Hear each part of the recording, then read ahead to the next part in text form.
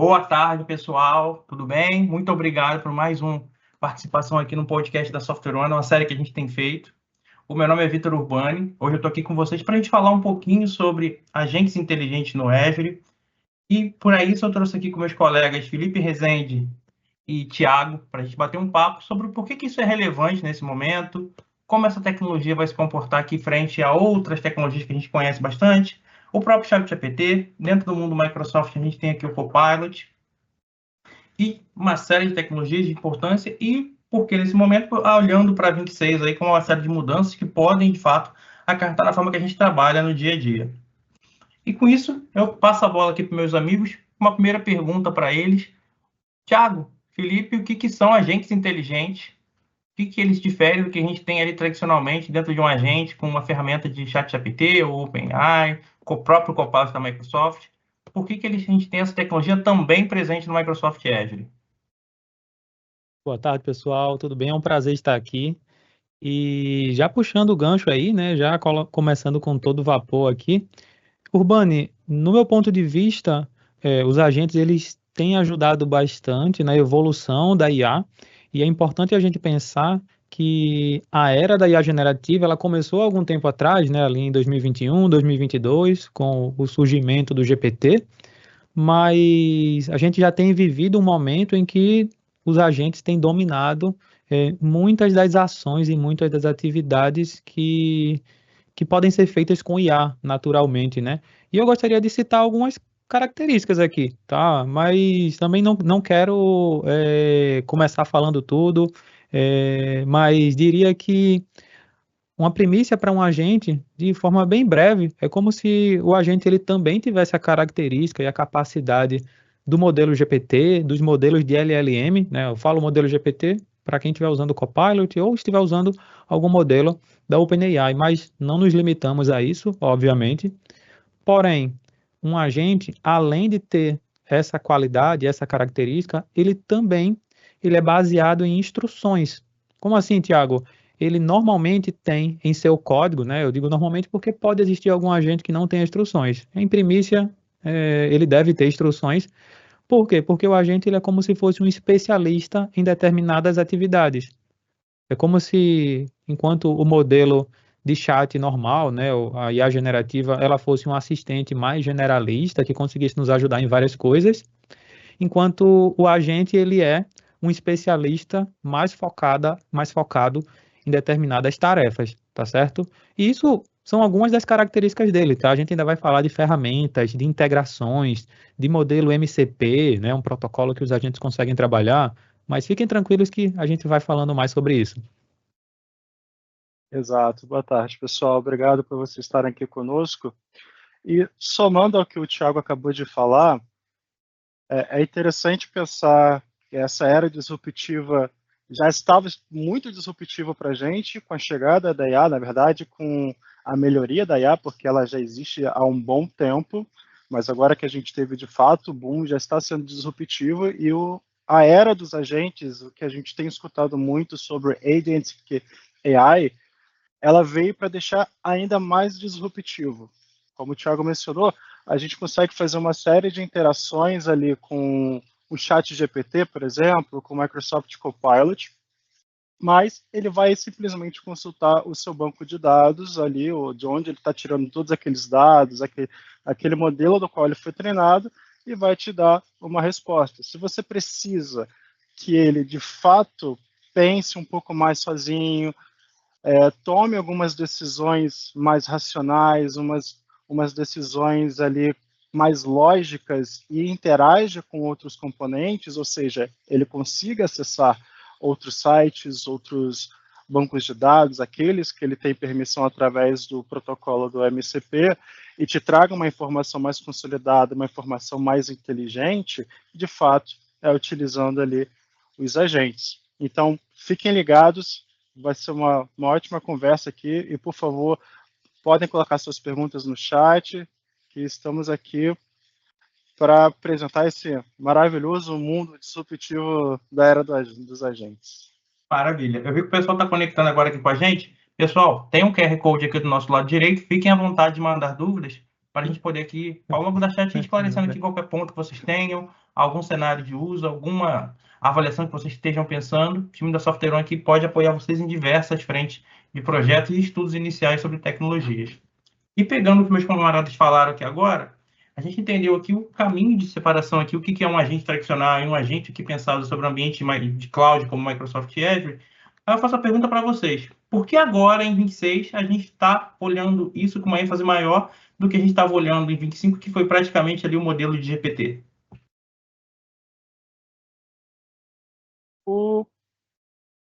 Basicamente, você conseguir falar na sua linguagem natural, ou seja, na verdade, a linguagem natural é uma das formas que você consegue interagir com um modelo de inteligência artificial. Então, a gente tem esses modelos como assistentes virtuais. Então, ali a gente já começou a sentir, opa, eu consigo ser mais prático no meu ambiente de trabalho, eu consigo ser mais produtivo no meu ambiente de trabalho, porque ao invés de eu gastar 3 horas executando uma tarefa, eu consigo executar, às vezes, 1 hora, ou às vezes 30 minutos, somente interagindo ali com esse assistente virtual.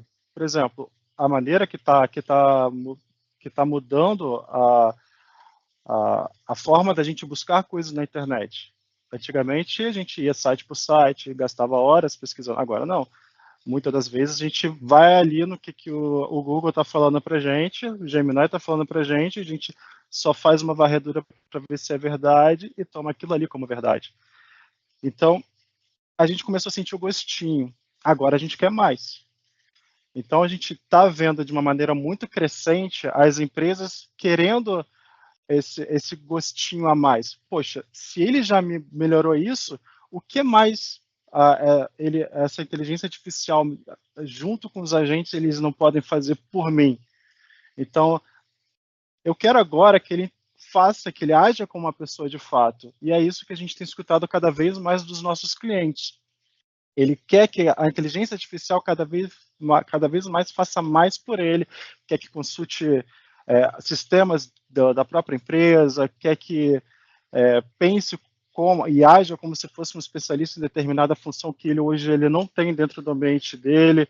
Então, as empresas elas estão cada vez mais se rendendo a essa alta produtividade e a gente vê aí, inclusive nos portais de notícias, o quão a área de negócio está aderente a isso. Não, perfeito. E a gente sabe que as empresas claramente já têm seu banco de dados, suas estruturas legadas, suas informações em diferentes repositórios, seja repositórios tradicionais como um banco de dados que eu comentei há pouco, ou um data lake, enfim, N estruturas. Como é que eu posso trabalhar num cenário em que eu tenho aqui, eventualmente, ambientes que não estão no Azure, até mesmo ambientes aqui que não são nativamente Microsoft? Como é que eu consigo integrar essa tecnologia com essa estrutura de agentes que estão rodando no Microsoft Azure? Eu faço uma pergunta complementar, acho que o Thiago consegue me ajudar, porque a gente conversou bastante sobre esse tema. Se eu tiver uma estrutura ali, como é que eu consigo eventualmente, e não seja um programador nato, não tenho uma profundidade sobre código, como é que eu posso trabalhar ali em programação de baixo nível, como por exemplo a ferramenta da Microsoft, que é uma ferramenta de low-code? Como é que eventualmente eu consigo trabalhar com essas tecnologias em conjunto, ao mesmo tempo que eu tenho um ambiente ali no Azure para criar agente? Urbane, é um ponto bem desafiador esse, né, que você mencionou, mas que ajuda para que a gente possa entender um pouquinho por onde começar, né? Porque a gente começou aqui falando muito sobre agentes, mas onde e como que podemos dar os primeiros passos, né? Produção, se a produção puder colocar na tela o que eu acabei de jogar na apresentação aqui, vai nos ajudar. E aí, pessoal, só explicando um pouquinho e aí colaborando aqui com o que o Urbani mencionou, para a gente começar a construir agentes, a Microsoft nos dá uma infinidade de possibilidades, né? Então, a gente pode começar criando pelo antigo Agent Builder, que a Microsoft está mudando o nome disso aqui para Copilot Studio Lite, mas que ainda é bem conhecido como Agent Builder, né? O criador de agentes do M365. E ali a gente pode somente, usando texto natural, criar o nosso agente. A gente não tem instruções avançadas, a gente não precisa se preocupar ou conhecer de código e também não precisamos entender quais conexões e quais APIs, né, ou APIs podem ser integradas a esse Agent Builder, porque ele é o mais low-code possível. Mas aí a gente já pode entrar depois num cenário em que você precisa, né, e vê necessidade de integrar esse agente declarativo ou personalizado com outras soluções. Então, por exemplo, né, você pode pensar em integrar com o teu ERP, você pode pensar em integrar com a tua ferramenta de chamado, você pode pensar em integrar com a tua ferramenta de RH, ou com algum KB que você tenha, ou como você também disse, Urbano, com o SharePoint, com base de dados, com conhecimentos. Assim, a criatividade vai ficar do lado de cada um, né? Para imaginar Exatamente. soluções e integrações que podem ser conectadas aqui. Mas ainda assim, aqui no Copilot Studio, eu tenho bastante facilidade, digamos assim, em construir isso aqui sem ter um conhecimento de código avançado, né? E aí alguém pode pensar, Tiago, então quer dizer que se formos criar um agente lá no Azure, obrigatoriamente, então eu tenho que ser programador, eu tenho que ser um desenvolvedor?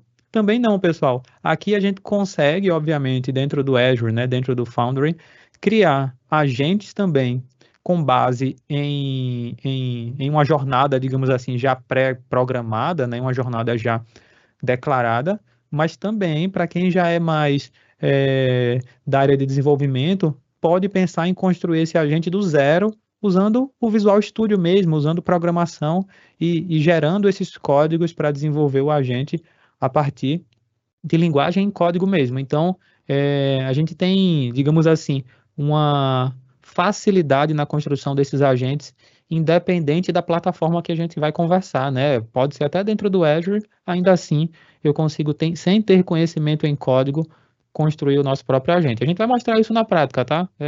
Fiquem tranquilos que não vai ser só PowerPoint ou só no speech aqui, não. A gente vai também trazer alguns casos de uso, vamos também mostrar aqui como criar o seu primeiro agente, caso você tenha acesso a esses ambientes. E legal disso que você acabou de mencionar é que a gente toca muito, quando a gente pensa em tecnologia, a gente acaba tocando muito na questão desenvolvedor. Eu preciso de um desenvolvedor, eu preciso de uma pessoa que saiba Python, que saiba ali trabalhar com LLMs, que sabe redes neurais. Então, sempre que a gente acaba falando de inteligência artificial, a gente acaba fugindo um pouco para esse ponto. No entanto, a Microsoft, o Azure em si, já que o nosso ponto focal será Microsoft Azure aqui, ele dá algumas facilidades em suas tecnologias. Por exemplo, eu posso muito bem ter um desenvolvedor que desenvolver um agente, um protocolo, uma lógica de código extremamente complexa e desenvolver um agente. E eu, como uma pessoa de negócios, utilizar isso. Mas como que eu vou utilizar isso sem saber programação? Eu, no mínimo, vou ter que fazer uma condicional lá, um if, um else, um while da vida para usar isso.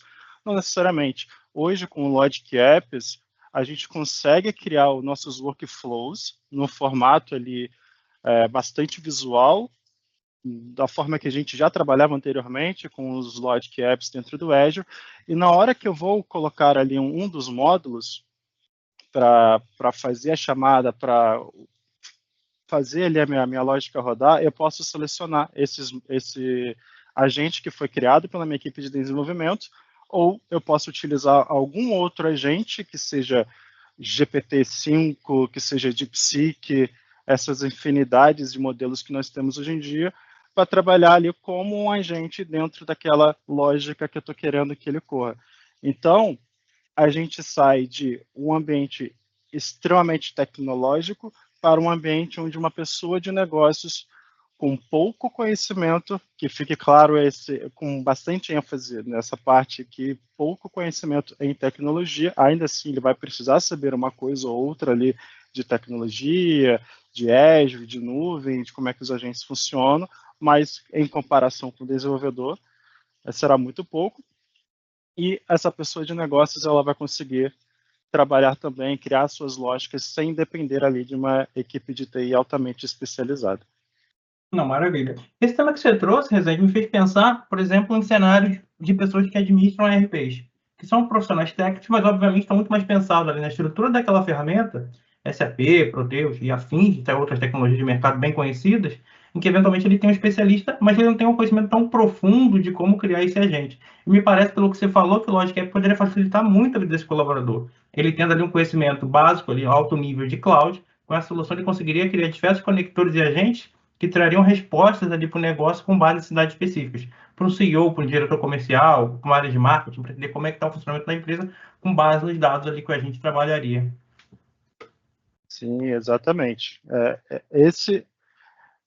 Esse é onde realmente está fazendo diferença, né? Não, perfeito. Pessoal, perguntem, fiquem à vontade de mandar perguntas aí para a gente está aqui para tentar apoiar vocês nessas frentes. A gente aqui daqui a pouquinho vai fazer uma demo demonstrando algumas ferramentas de funcionalidade, mas eu queria entender também como é que a gente pode trabalhar se eu tiver mais de uma ferramenta aqui, por exemplo, de IA generativa, com múltiplas fontes de informações. A gente aqui trabalha muito com base textual, mas se eventualmente eu quiser criar alguma coisa que vai extrair a informação, por exemplo, de uma imagem, eu conseguiria trabalhar isso dentro de um agente do Azure? Eu tenho essa possibilidade? Ou ele é mais engessado em termos específicos de tecnologias que eu consigo eventualmente inserir dados para ele trabalhar e se basear numa eventual resposta para um outro sistema? Urbano, eu acho que eu posso até puxar aqui um pouquinho desse tema. E sim, sem dúvida, a gente não tem a limitação, né, de trabalhar apenas com, com comunicação textual, né? Isso ficou para trás, isso ficou na primeira onda ali da IA generativa, né? Hoje a gente já tem, digamos assim, interação por voz, vídeo. Eu posso pedir para que esses agentes analisem base de dados em formato de imagem, que gerem vídeos também. Então, dependendo da minha demanda, dependendo da minha necessidade, eu posso ter um agente que converse apenas por áudio para servir de forma, digamos assim, né, mais pensando mais na acessibilidade ou até mesmo para facilitar a interação desse agente. Eu vou mostrar aqui também um pouquinho desse catálogo e a gente consegue ver as possibilidades. Mas antes até de entrar nisso, produção, se puder jogar na tela de novo, mais uma vez, eu queria também falar de uma coisa, Urbano, que acaba que às vezes a gente fala muito de agente, mas fica pensando, tá, legal, o agente, ele é o especialista, né? O agente, ele é, digamos assim, mais eficiente, assim como o Rezende mencionou. Mas existem tipos de agente, né? Existem. E aí, acho que, não sei se aqui já jogou na tela, foi já, né? E aí, a gente pensa que para começar com os agentes, e aqui recomendação nossa, por quê? Porque muitas vezes a gente pensa assim, tá, o agente ele vai me ajudar na minha demanda X. Eu sei lá, ele vai me ajudar aqui com dúvidas dos meus usuários. E aí, esse agente, ele não vai ser um agente que já vai estar integrado com várias ferramentas, ele não vai ser um agente que já vai nascer, digamos assim, com automação e etc. Não. Esse agente é um agente que a gente chama de agente de recuperação, um agente de retrieval, né? É um agente que o foco dele é buscar informações em uma base de conhecimento e devolver naquele formato específico que a gente quer para o usuário final. E um ponto a se considerar é que esse agente, né, quando bem configurado, e aí essa é a ideia, ele não vai responder coisas que estão no conhecimento da internet, coisas que estão no GPT, no modelo da IA, porque muitas vezes a gente fica com medo de, tá, eu vou criar um agente aqui que vai me ajudar com a recuperação desses dados, né? Quando alguém tiver alguma dúvida, ele vai lá e vai, digamos assim, ele vai lá e vai trazer essa informação e vai devolver para o usuário, com perguntas dos usuários. Mas se a pergunta não tiver na minha base de conhecimento, se a pergunta não tiver no meus cabés, o que é que ele vai responder? Então, é um ponto, obviamente, a ser analisado e preparado desse ambiente, né? Eu preciso definir que esse agente não vá na internet buscar em artigos externos ou buscar em fontes de conhecimento que não são oficiais, que não são fontes de conhecimento que vocês definiram, e aí seria um ponto de preocupação para que esse agente não alucine. Não sei se todos aqui já ouviram falar na famosa alucinação da IA generativa, e essa é uma característica que toda IA generativa tem, tá? Não existe uma que não faça isso, porque a IA generativa pode errar, e os agentes, por usarem também dessa base de IA generativa, também podem errar. Mas é nosso papel, é o papel de quem desenvolve, é o papel de quem constrói esse agente, criar, digamos assim, guarda-rails, né, proteções para que essa IA generativa, para que esse agente não busque conhecimento externamente, tá certo? Então, dica 1 aqui que eu daria, né, se eu pudesse conversar rapidamente com alguns de vocês, comece pelo agente de recuperação, o agente que vai tirar dúvidas de benefícios, que vai tirar dúvidas de RH, que vai tirar dúvidas sobre suporte, dúvidas sobre segurança da informação. Crie o agente que é especialista nesse tema, não um agente que responde tudo, mas um agente que é especialista nesse tema. E depois a gente pode ir em outros tipos de agente, tá? Avançando mais ainda, criando agentes que fazem tarefas. Então, eu posso ter um agente que, quando eu peço alguma coisa para ele, além de responder conforme uma base de conhecimento, ele pode ir lá em uma ferramenta integrada ou não, fazer alguma ação. Sei lá, vamos pensar num agente de helpdesk que vai abrir um ticket. Vamos pensar num agente de solicitação de férias que vai conseguir dar entrada no processo de aprovação, no processo de solicitação, apenas usando linguagem natural. E por último, a gente tem um agente autônomo aqui, que eu não vou adiantar, é um tema que eu também quero mostrar e falar, mas que poderia realizar, como vocês bem percebem, né, ações autônomas. Tá? Eu vou falar aqui de um agente que vai trazer essa ideia para vocês. Não, maravilha. E, Thiago, esse ponto que você trouxe me fez entrar no que a gente conversa bastante aqui internamente sempre que a gente aborda com o nosso cliente. Porque, geralmente, essa febre de IA, todo mundo já quer criar um agente. Só que o desafio muito grande é para que eu quero criar um agente. Então, pelo que você trouxe, a minha visão fica aqui. Antes da gente pensar em criar algo, estruturar o nosso processo e os nossos dados para como que eu vou conectar isso com a gente traga alguma vantagem corporativa para a minha empresa. O que vocês acham desse tema? Certamente. Se a gente tem uma base, que a gente confia nos dados que estão lá, a gente tem uma qualidade de dados muito grande, então utilizar os agentes ou a IA como um meio de chegar a uma informação que vai nos auxiliar numa tomada de decisão estratégica ou tática, fica tudo muito mais fácil. A gente não precisa mais se preocupar lá com o início. Então, quando teve o boom da inteligência artificial e muitos dos nossos clientes ficaram interessados, quando a gente chegava lá para fazer algum workshop, alguma coisa com eles, a gente ia escovar como é que estava a governança dos dados, como é que estava a qualidade desses dados, a segurança desses dados, e muitos precisavam melhorar, precisavam filtrar, precisavam limpar. E isso antes que a gente inserisse as ferramentas, os meios para trazer essa informação.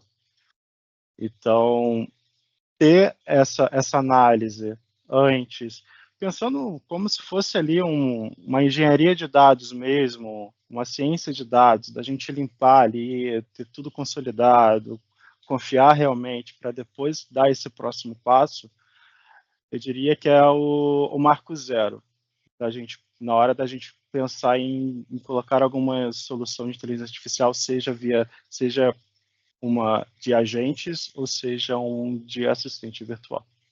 Não, perfeito. Você pode falar, Thiago. Desculpa. Ia dizer que muitas vezes a gente acaba atropelando isso, né, Rezende? Porque eu tô pensando tão lá na frente, no agente já pronto, no agente automatizando tarefas, no agente respondendo dúvidas, e muitas vezes a gente esquece de preparar esse terreno, né? De preparar essa base de informação que digamos assim, é o combustível do agente, é o combustível da IA generativa. Se as minhas informações elas podem estar divergentes, então o agente pode responder coisas divergentes também, pode responder coisas erradas. E a culpa não é dele, a culpa é realmente da base de conhecimento que a gente forneceu.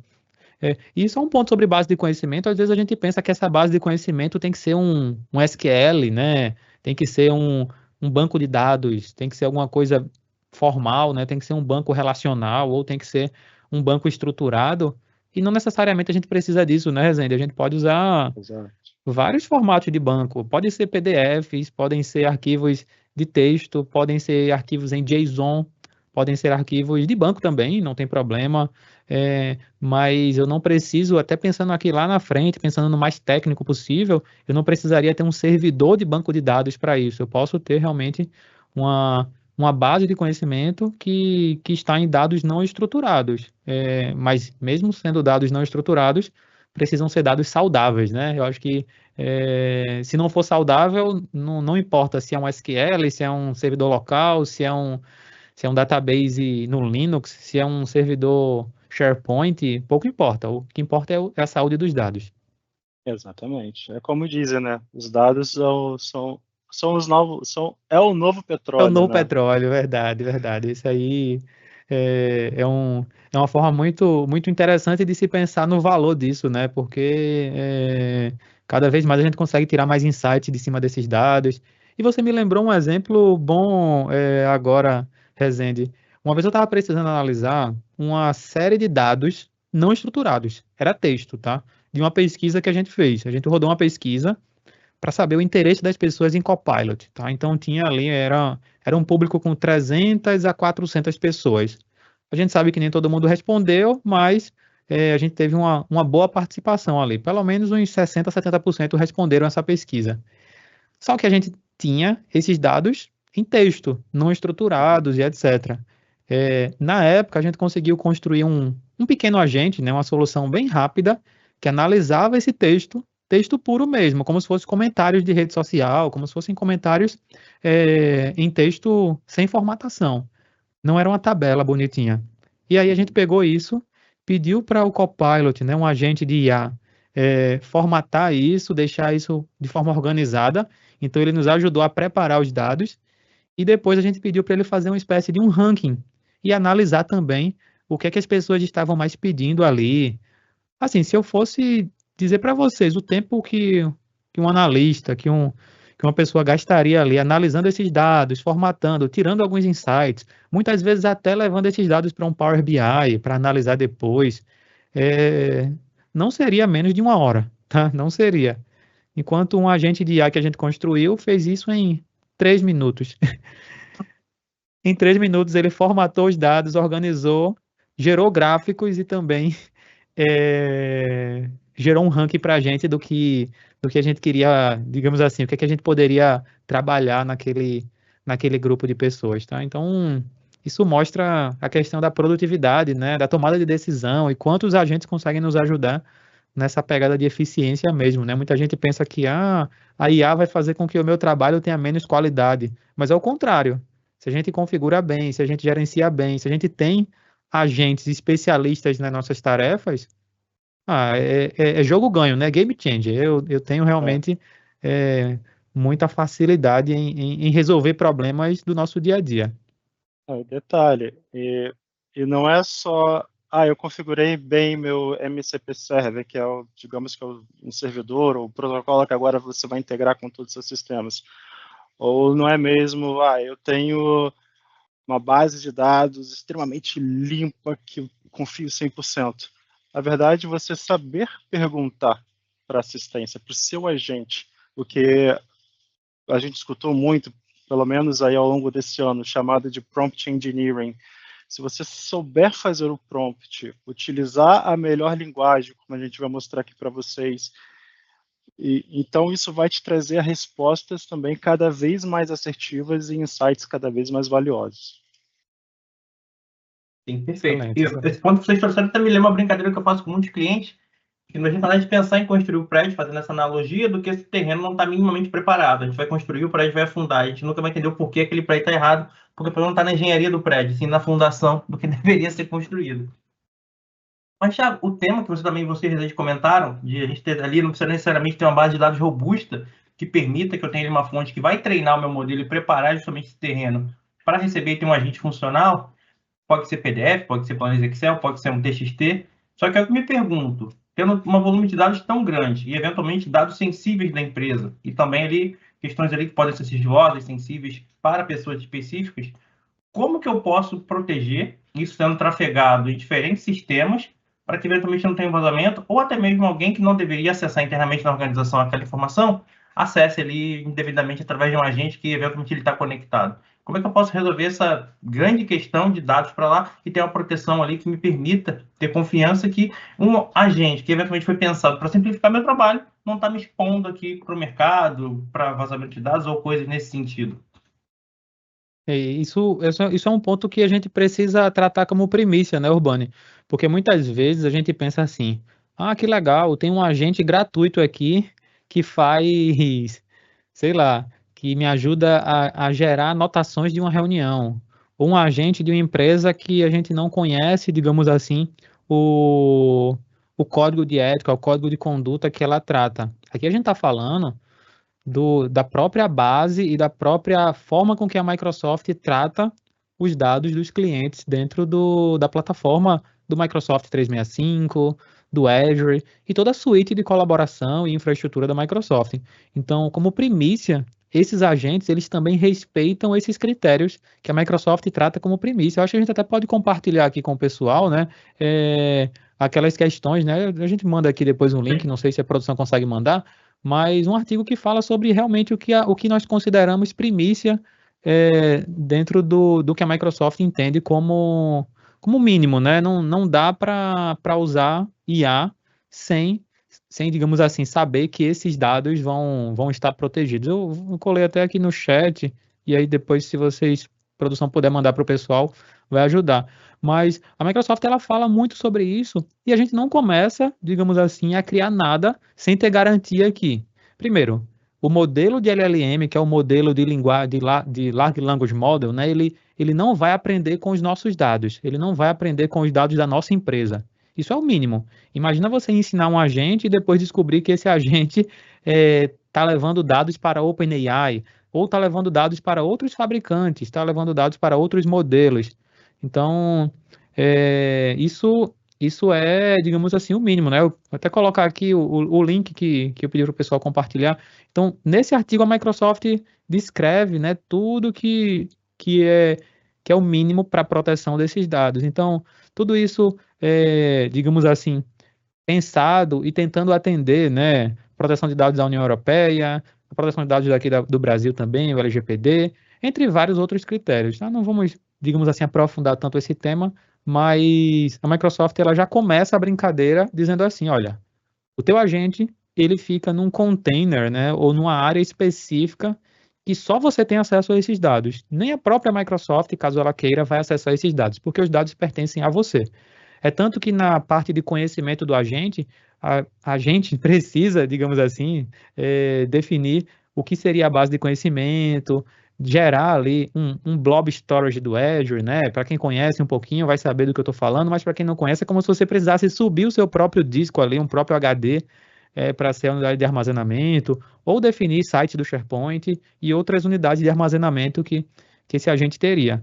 Mas isso é o mínimo, Urbani.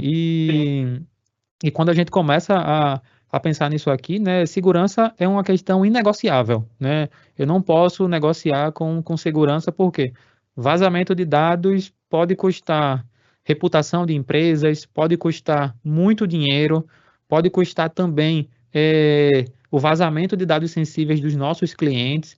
Então, como eu disse, né, é primícia e a Microsoft trata isso como coisa séria, né? A gente aqui na Software One também em todo projeto, trabalhamos essa questão de privacidade, proteção, segurança das aplicações que ajudamos a desenvolver, dos agentes que apoiamos no desenvolvimento, como primícia. Então, para quem já fez algum projeto com a gente, deve lembrar que normalmente no agente a gente começa com um assessment para entender, opa, a base de conhecimento que nós vamos usar, o Office 365, o Azure, eles estão com os guardrails, né? Eles estão com as proteções bem definidas, isso já está funcionando? Se não está, a gente nem vai começar a criar o agente, porque não faz sentido criar um agente em cima de uma plataforma que não está segura, digamos assim.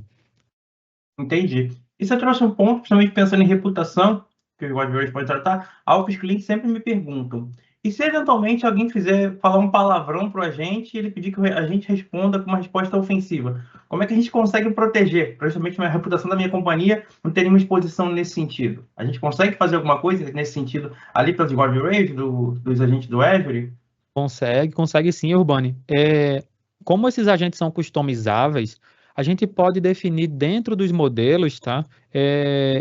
Qual nível de guardrail eu quero aplicar, tá certo? Então, a Microsoft, ela tem aqui uma biblioteca de modelos de agentes, e aí se a produção quiser colocar aqui de novo na tela e puder, a gente tem aqui, ó, dentro do Microsoft AI Foundry, né, eu posso visualizar toda a biblioteca de conhecimento, né, de modelos de LLM que podemos usar. E aqui a gente não se limita aos modelos só da Microsoft, né? Pensem que nós temos, obviamente, o modelo da OpenAI, que é parceira Microsoft, mas temos modelos aqui do DeepSeek, Grok, eu tenho também o modelo Llama, eu tenho outros modelos aqui que não necessariamente são tratados pela Microsoft. Mas aí alguém pode dizer, Tiago, e se eu usar o DeepSeek, eu vou estar usando os servidores do DeepSeek? Não, pessoal. Lembre-se que eu estou usando o código do DeepSeek, eu posso usar o código do DeepSeek, mas eu estou criando esse agente, eu estou criando esse modelo dentro da sua infraestrutura do Azure, definindo os seus guardrails, definindo o treinamento do modelo, e isso não vai ser vazado, digamos assim, para essas empresas. Então, vamos pensar que você está trabalhando informações sensíveis, informações de patentes, informações comerciais, informações financeiras no agente que você criou. Esse agente ele vai estar isolado no seu container, né, na sua área de desenvolvimento, na sua área do Microsoft Azure. Não, perfeito. É muito bom saber esse E, ponto. e só um ponto que eu esqueci também de citar, nessa questão do palavrão, palavra ofensiva, tudo isso a gente já tem uma base de proteção que podemos habilitar nativamente e caso alguém queira, digamos assim, habilitar, já vem habilitado de forma nativa, obviamente, mas se eu escolhesse aqui, por exemplo, um GPT 5.1, tá? Na hora de configurar, a gente define os guardrails que esse modelo GPT vai ter. Então, eu crio aqui tudo isso certinho, defino os tokens, quanto vai ser consumido. É tudo bem, bem intuitivo, tá? Para quem está vendo aqui, em poucos minutos a gente consegue criar um agente seguindo com esse modelo e eu não precisaria mexer em código inicialmente aqui, tá? Isso não significa que caso a gente queira, né, Urbano e Rezende, a gente não possa também criar esse agente apenas com código. Isso também está ao nosso alcance. E como é que seria essa questão de criar um agente somente com código? Como é que eu consigo automatizar desse nível pelas ferramentas que a gente tem ali na plataforma do Azure? Uma boa, uma boa. Aqui, caso a gente já tenha essa habilidade, né, já tenha essa expertise, isso aqui ele está carregando ainda, deixa eu abrir uma outra aba. A gente pode usar os modelos que a Microsoft já fornece aqui dentro do GitHub. Então, lá dentro do Foundry, eu tenho a aba modelos e lá eu posso ver alguns modelos que a Microsoft já trata para a gente. Modelos de chat tradicional, modelos de agentes, modelos de multi-agente. Tiago, então quer dizer que a gente pode ter multi-agentes? Sim, você pode ter o que a gente chama de agente orquestrador, que é um agente que sabe de forma mais geral sobre determinados assuntos, e quando você quer falar sobre um assunto específico, ele consegue escalar aquele tema para um segundo agente. Então a gente já começa a falar de um tema, né, de multi-agentes funcionando tranquilamente aqui dentro, tá? Até mesmo para a gente de multiprocessos, agentes que trabalham com conversas em áudio, agentes de reunião, entre vários outros cenários. Mas se eu precisasse e quisesse criar a partir de um modelo, eu poderia usar, por exemplo, aqui para não partir do zero mesmo, eu poderia pegar os modelos que a Microsoft já fornece aqui para a gente. Então, eu poderia pegar aqui todo esse código que está no GitHub da Microsoft e apenas para quem quer entender sobre a arquitetura, a Microsoft fornece aqui, digamos assim, esse design da arquitetura, né? E é importante a gente pensar nisso também, porque quando eu falo do agente, eu estou falando disso aqui, eu estou falando do serviço do agente dentro do AI Foundry. Mas o agente, para que ele seja publicado especificamente, ele não vai funcionar só com essa parte. Eu vou precisar armazenar logs, eu vou precisar também do serviço de AI Searcher do Azure, eu vou precisar também criar o meu front-end, vou precisar criar ali a minha tela inicial, né, a minha área de visualização que o usuário vai interagir, e aí pode ser interação por texto, pode ser interação por voz, pode ser vários tipos de interação. Mas, ao final, caso a gente queira, e a gente até pode compartilhar alguns desses artigos com vocês, eu posso chamar o meu Visual Studio Code aqui, e lá a gente já, digamos assim, clonaria aquele Git para poder trabalhar com esse agente. E aqui nesse agente, pessoal, é realmente para quem é mais hardcore, para quem é mais de código, vai poder configurar nome do agente, modelo GPT, vai configurar também o front-end, vai configurar os arquivos de conhecimento. Então aqui, por exemplo, nesse meu modelo, eu tenho fonte de conhecimento em documento do Word, eu tenho fonte de conhecimento em JSON, eu tenho fonte de conhecimento em formato de banco de dados. Eu poderia ter vários tipos de fontes de conhecimento integradas aqui a esse meu agente. E caso eu queira, obviamente, após configurar tudo isso, a gente publica, e publicando esse agente, eu posso abrir aqui no meu navegador e trabalhar com ele naturalmente. Meio que tem para todo gosto, né? Desde criar o agente sem código algum, até mesmo criar o agente usando um Visual Studio Code e lá poder publicar esse agente na plataforma que eu precisar, tá? Seja em mensagens instantâneas, seja um agente conversacional, seja um agente que conversa com outros agentes, agentes autônomos e etc. Agora Legal, eu vou então a gente... puxar a sardinha, desculpa interromper. Não, vai lá, vai lá, vai lá. Agora eu vou puxar a sardinha um pouquinho para o lado do pessoal de infraestrutura, né? Porque assuntos novos, todo mundo fala, poxa, vamos desenvolver em Python, vamos desenvolver em C Sharp, mind-blowing com diversas linguagens de programação, e só fala de desenvolvimento. Tá, e a infra? Também é importante. Aliás, esses modelos, para eles serem sendo criados, eles consumiram energia, eles consumiram uma infraestrutura, eles ainda consomem uma infraestrutura. Então, eu vou ter que subir a minha infraestrutura. Como é que vai funcionar isso? Então, o desenvolvedor agora vai ser o cara que vai cuidar da infraestrutura? Não. A gente consegue utilizar, inclusive, infraestrutura como código para subir todo aquele cenário que o Thiago acabou de mostrar, aquela arquitetura, a gente consegue subir ele inteirinho utilizando infraestrutura como código. Então, pense o seguinte, a gente vai construir essa casquinha, essa caixinha onde a gente vai construir os nossos agentes.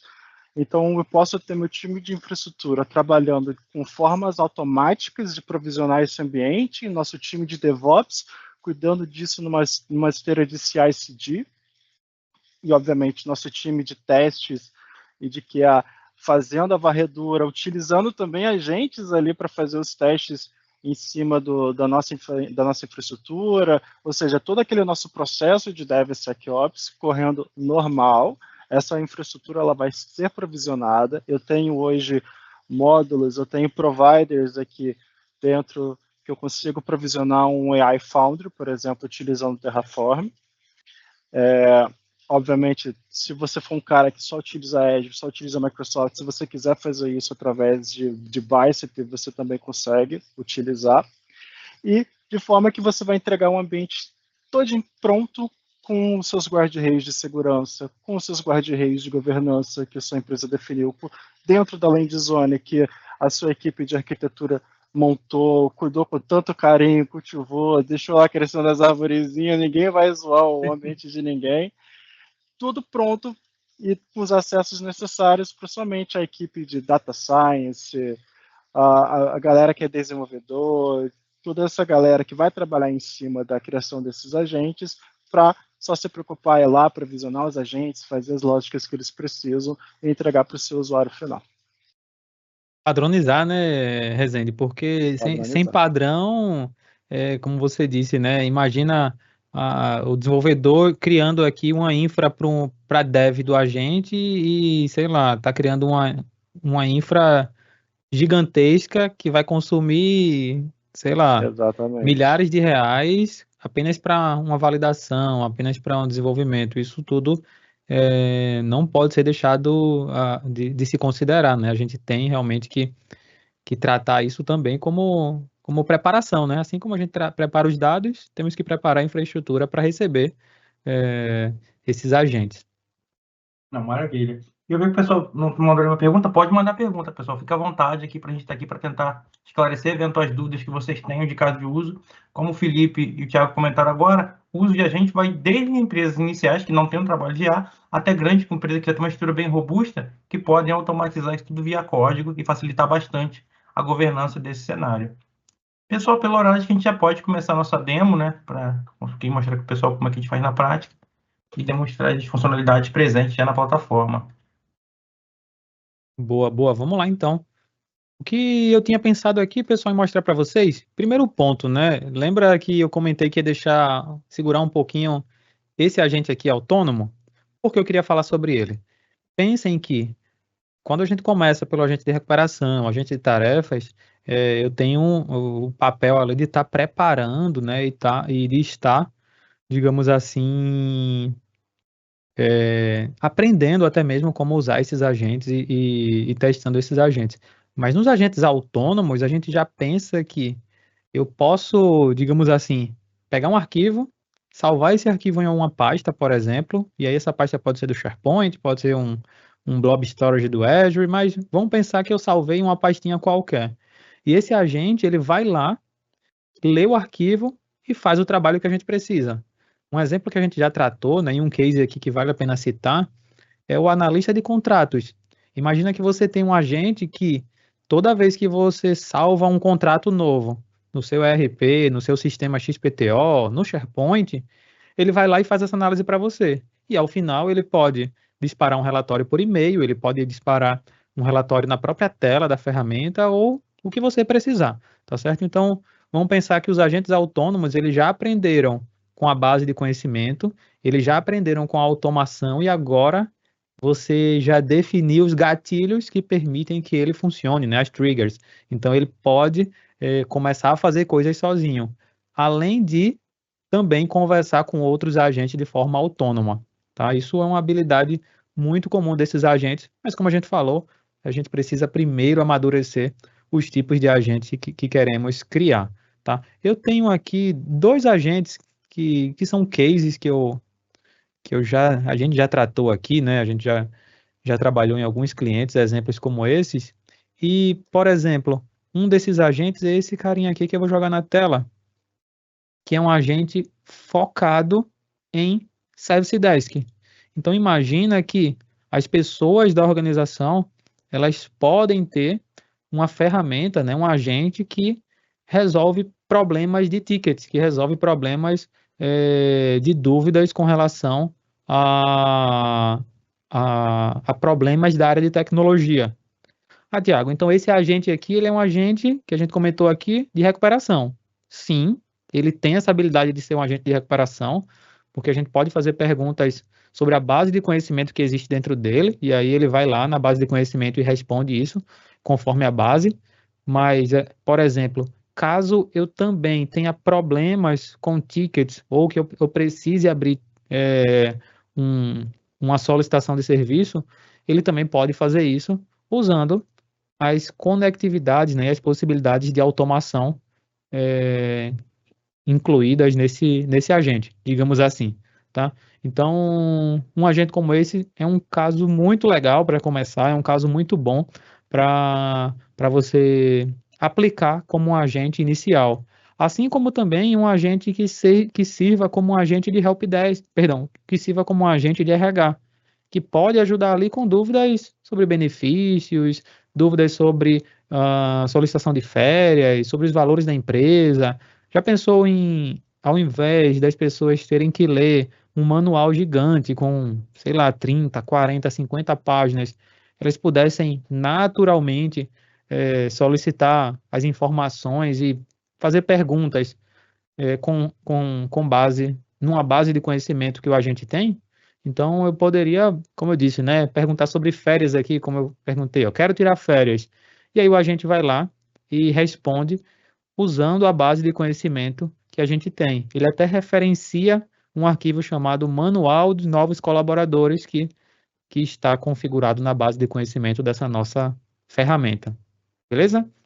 Então, esse aqui seriam dois exemplos interessantes que poderíamos falar sobre agentes, mas a gente não se limita a isso, né? Aqui dentro do Playground do próprio Azure Fabric, né, do Foundry, eu tenho a possibilidade de usar modelos que a gente já comentou, de chat, áudio, imagem, vídeo e etc. Eu vou tentar criar um de áudio aqui. para a gente tentar fazer uma interação rapidinha aqui. Eu posso só mudar meu dispositivo de som aqui, e aí, deixa eu ver se eu tenho alguma implantação, vou criar uma nova. E aqui eu posso definir o modelo GPT, né, no meu caso aqui, que eu precisar. São os modelos que estão disponíveis para conversar via áudio com a gente. E aí eu consigo ver a documentação, eu consigo ver as capacidades, se eles conversam em português, se eles conversam em todos os idiomas, posso, digamos assim, escolher o modelo que faz sentido para mim. E aí, criando aqui o modelo, como o Rezende mencionou, né? Ele me pergunta qual estrutura eu quero criar, ele me pergunta onde será criado esse agente. Então, eu posso definir várias questões, seja a quantidade de tokens que será usado, seja a região que esse agente será hospedado. Digamos que eu quero hospedar esse agente na região do Brasil, que eu quero hospedar esse agente na região da Europa, nos Estados Unidos. Tudo isso deve ser colocado em consideração, porque a gente tem aquelas questões, né, que aí já entraria no tema um pouquinho mais técnico, mas a latência, onde que esse agente vai estar hospedado, onde que a infraestrutura do agente estará hospedado. Isso é um ponto importante a se decidir antes de construir o agente, né? Obviamente você vai preparar toda a infraestrutura do agente antes de começar. Pessoal, tá demorando um pouquinho mais do que deveria aqui, tá? Acho que ao vivo essas coisas acontecem. Opa, foi falar, ele liberou, tá? Tá bem. E aqui, né, ele permite personalizar. Tiago, ele aqui, digamos assim, né, tem uma régua, né? Tem aqui uma marcação para definir a quantidade de tokens por minuto. Por que que ele já começa? Primeiro que ele já começa aqui com 10k token por minuto, tá? Isso vai depender muito do modelo que você usa. Como eu peguei aqui um modelo de conversação por voz, né?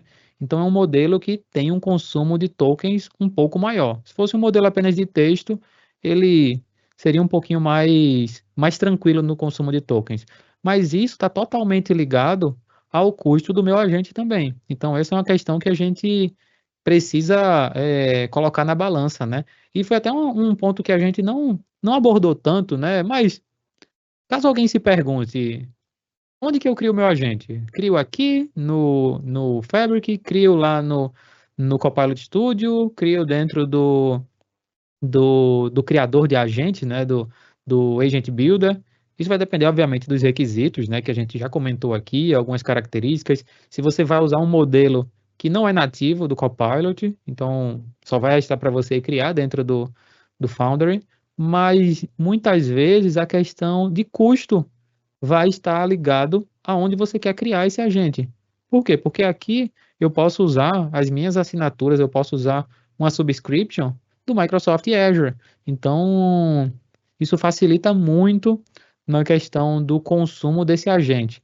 Diferente de agentes criados no Copilot, que são agentes que são licenciados por assinatura, né? Que são licenciados por licença individual, digamos assim.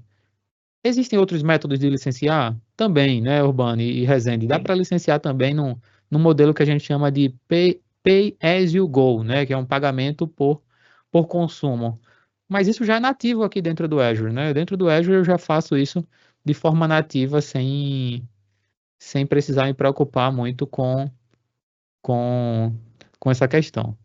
Pessoal, ao vivo essas coisas podem acontecer, mas vou pegar um agente aqui que já esteja rodando para a gente trazer um exemplo.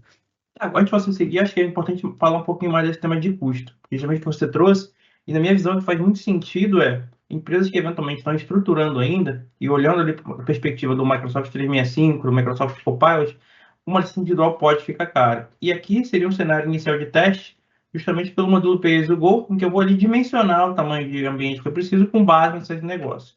E a partir desse momento, eu posso ali, eventualmente, definir um target específico, uma volumetria ali de tokens para trabalhar nesse modelo, em que eu vou ter já uma previsibilidade financeira. Eu determino que cada aplicação e aqueles agentes ali atrelados a elas vão consumir uma média de, vamos fazer uma suposição aqui maluca, 1.000 tokens mês.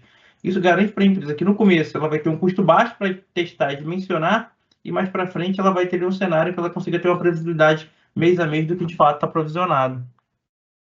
Isso é importantíssimo, né? Porque imagina a gente criar um agente e não criar um agente, uma solução de IA, e no final do mês a gente recebe uma conta astronômica lá. Então, esse tipo de surpresa não pode existir, né? A gente precisa ter previsibilidade, a gente precisa ter essa, essa visão do consumo do agente, e nas configurações de consumo de token a gente pode definir tudo isso. Perfeito. Pessoal, perguntas, enquanto aqui o ambiente está tentando subir aqui, fiquem à vontade de mandar algum ponto que vocês queiram, sobre a questão de estudo inicial, sobre classificação de agentes, sobre licenciamento, é um tema que parece relativamente simples, mas é bem complexo, numa perspectiva de contratos e tipos de soluções que vão atender essa necessidade. Fiquem à vontade de mandar perguntas.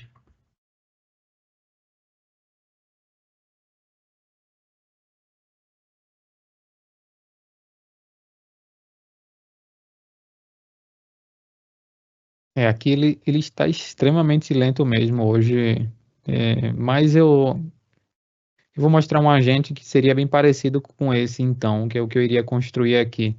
Seria um agente o de contratos, né, que eu havia mencionado.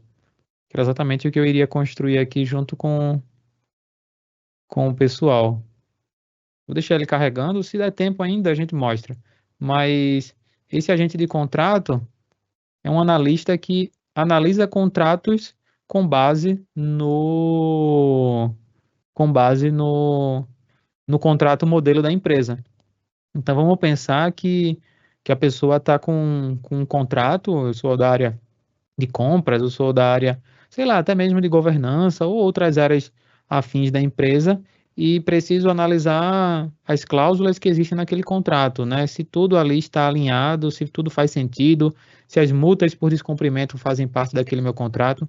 Então a gente pode ter um agente que é especialista nisso. Não adianta eu perguntar outra coisa, né, Urbano? Não adianta eu perguntar outra coisa Exato. aqui, porque ele não sabe responder sobre isso. Não é a habilidade dele, ele Não sabe adianta perguntar responder. para minhas férias sobre a questão de contrato da empresa.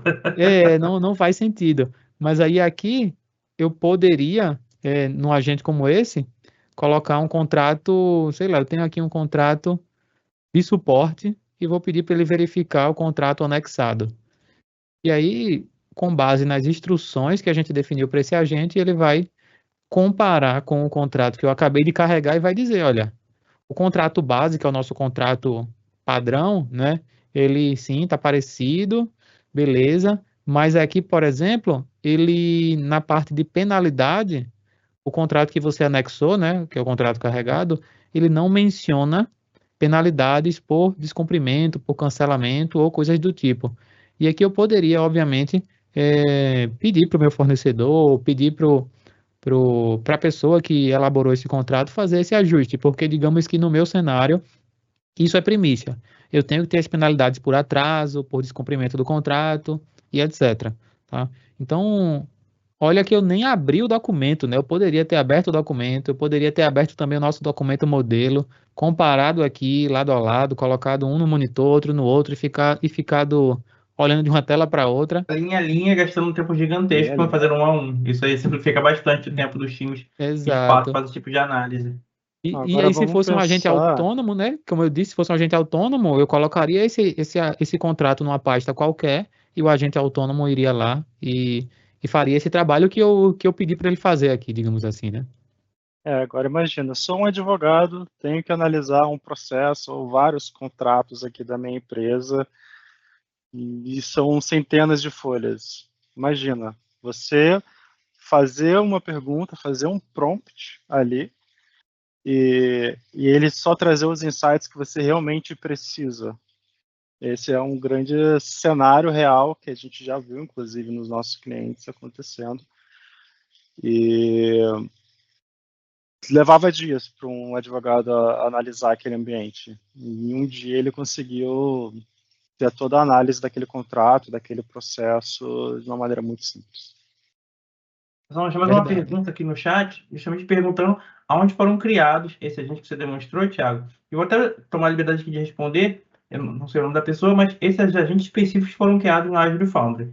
Não é um impeditivo que você também crie no Copilot Studio. Aqui vai depender mais de funcionalidade, mas nesse caso que a gente está especificamente falando hoje, foram criados no Azure Foundry, e a ideia era demonstrar, inclusive, aqui nessa demo, só que está um pouquinho lento, a gente não está conseguindo que ela carregue, mas esses são 100% no Azure Foundry, também poderiam ser feitos aqui com alguma validação no Copilot Studio, vai depender mais ali, de fato, da análise que a gente fazer preliminarmente no ambiente que você está avaliando, de qual essa tecnologia é mais interessante de uma perspectiva técnico-financeira.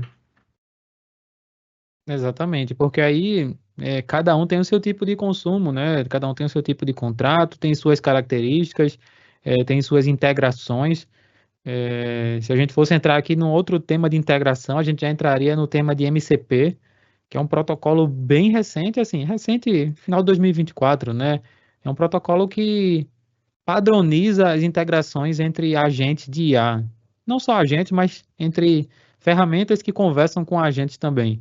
Eu vi uma vez um artigo que falava mais ou menos assim, que o protocolo MCP, ele era tão bom para os agentes, ele estava sendo tão importante para essa geração de IA generativa, para essa geração de agents, quanto o protocolo HTTPS também foi para a internet há 20 anos atrás, né, nos anos 90. Então, pensem que essa padronização fez com que os agentes, digamos assim, pudessem se conectar com vários protocolos não, perdão, com vários serviços de terceiros dentro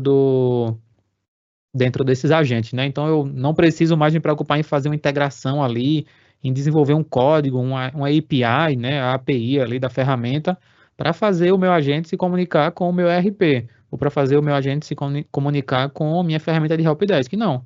Eu habilito o servidor MCP na minha ferramenta e ligo o cliente MCP no meu agente e eles conversam. Não, isso parece ser bem interessante, uma perspectiva de dar uma interoperabilidade de ambiente muito válida, porque eu penso aqui comparando com a web, como se fosse um protocolo único, um HTTP, que permite que eu tenha diferentes protocolos aqui, diferentes fabricantes, com múltiplas tecnologias de IA, e que todas elas se conversem em algum momento, simplificando muito ali o fluxo de operações em diferentes sistemas. Verdade, verdade, Rubani. Realmente é a padronização, né? Se eu precisasse fazer 3 integrações em um agente, eu precisaria criar 3 APIs, eu precisaria fazer esse meu agente se comunicar com essas ferramentas e cada uma dessas ferramentas poderiam, digamos assim, fornecer o resultado no formato que ela quisesse, em JSON, em arquivo natural, em TXT. E quando a gente padroniza isso, eu abstraio essa questão, porque todas vão devolver um JSON, vão devolver no formato nativo que o protocolo MCP, digamos assim, definiu e instituiu como padrão dessa comunicação. Isso é para facilitar a galera de infra, né?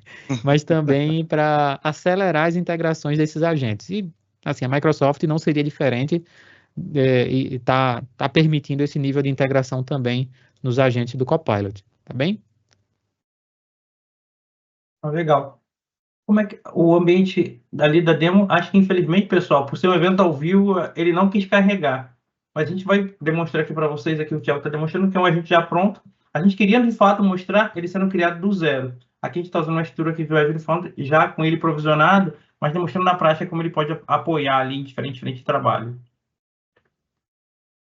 Pessoal, realmente pode estar com alguma degradação na infraestrutura específica que eu estou rodando, né? Eu subi até em outra região, fora dos Estados Unidos, subi aqui na região da Suíça para ver se eu consigo também, mas aconteceu, tá? Realmente peço desculpa. O que está rodando aqui é o que eu criei via GitHub, e aí esse carinha também seria um caminho bem tranquilo de fazer, mas meu objetivo era mostrar também o modelo mais fácil, né? Que está aqui dentro do Foundry, mas não estou conseguindo, infelizmente, nesse momento. Feliz, para uma próxima vez que a gente tenta demonstrar aqui. Vão ter muitos ainda podcast. É uma tendência que a Software está criando essa rotina semanalmente no próximo ano, pessoal. A gente vai ter essas interações falando de diferentes temas. E IA, como está aí na boca do povo, vai ser um tema que vai ser recorrente em diferentes frentes. As produções, tem mais alguma pergunta, algum tema que o pessoal está interessado em saber mais? Não, maravilha. Pessoal, por hoje a gente vai encerrar por aqui. A gente tem a agradecer aqui, em primeiro lugar, vocês por participarem, estarem aqui com a gente presente durante esse tempinho, durante a nossa apresentação. Recapitulando o que foi falado, a gente comentou aqui o que são agentes de IA, o que são agentes de inteligentes presentes no Microsoft Azure, como eles se diferenciam de outras soluções dentro do mundo da própria Microsoft e que tipo de vantagem eles podem trazer de acordo com o tipo de agente, como o Thiago colocou aqui na tela. A gente recuperação de tarefa e autônomo, que tem ali uma complexidade, um valor de negócio um pouquinho maior. Por isso, a gente está fechando a reunião de hoje. A gente vai ter agora, já em janeiro, outras sessões. Já tem pelo menos mais duas. Esse mês, como é um assunto quente, a questão de ar. E a gente se vê nos próximos episódios. Obrigado, pessoal. Tenha uma boa tarde. Obrigado, pessoal. E não se esqueçam, tem... muito obrigado por me lembrar. Tem aqui um QR Code para vocês fazerem contato com a gente sobre qualquer ponto aqui do nosso lado direito para validar. Se vocês quiserem bater um papo sobre IA, sobre novos produtos, sobre tecnologia, sobre definição de caminhos a serem adotados na área de IA, é só entrar em contato com a gente e nós estamos à disposição. Obrigado, pessoal.